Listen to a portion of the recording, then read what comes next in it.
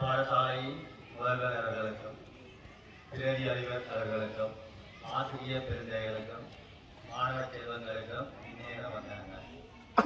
இது நான் சொல்ல போற கதை ஒரு கோபம் தொடர்பான ஒரு சின்ன கதை. எல்லாருக்கும் மனிதனா பிறந்த எல்லாருக்குமே கோபம் வர இயல்பு. ஆனால் அந்த கோபத்தால் நாங்கள் எடுக்கிற முடிவுதான் பாதகமான முடிவுகளை கொண்டு வரும். அப்படியான முடிவுகளை நாங்கள் எப்படி தவிர்க்கலாம்? இது ஒரு தந்தைக்கும் மகனுக்கும் இடையிலான ஒரு சின்ன கதை. இப்போ ஒரு தந்தை ஒரு மகன். அப்ப மகன் என்ன செய்வார் என்று சொன்னால் அடிக்கடி கோவப்படுவார். கோவப்படையில தந்தை சொல்லுவார், நீ கோவப்படும் போது வீட்டின் பின்சுவரில் ஒவ்வொரு நாளும் ஒவ்வொரு ஆணி அடியணும். அப்ப இப்படி ஒரு நாள் அதிக அளவில் கோவப்பட்டான்.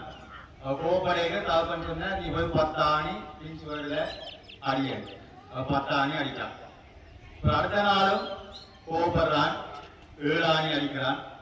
அப்படியே அடுத்த நாளும் கோவப்பட்டு 5 ஆணி அடிக்கிறான்.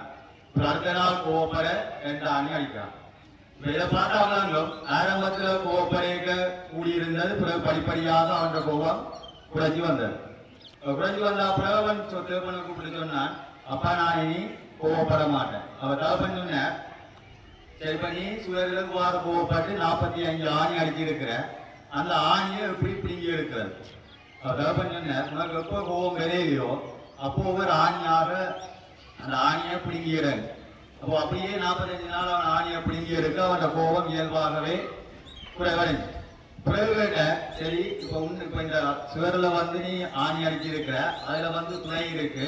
அதே மாதிரி தான் இந்த மனதால எத்தனையோ பிள்ளைகள் எத்தனையோ பெரியவர்கள் உன்னால பாதிக்கப்பட்டிருக்கலாம். அப்ப அதுக்கு என்ன செய்வான்னு கேட்டேன். அப்ப பிள்ளை சொல்லிச்சு, அப்பா இனி நான் வாழ்க்கையில கோபப்பட மாட்டேன். ஆகவே மாணவர்கள் ஆகிய நீங்களும் இப்ப கோபம் வர சந்தர்ப்பத்தை கண்டுபிடிக்கணும். அப்ப கண்டுபிடிக்கிட்டு என்ன காரணத்துக்காக நான் கோபப்படுறேன் என்றதை எழுதிக்கவன்.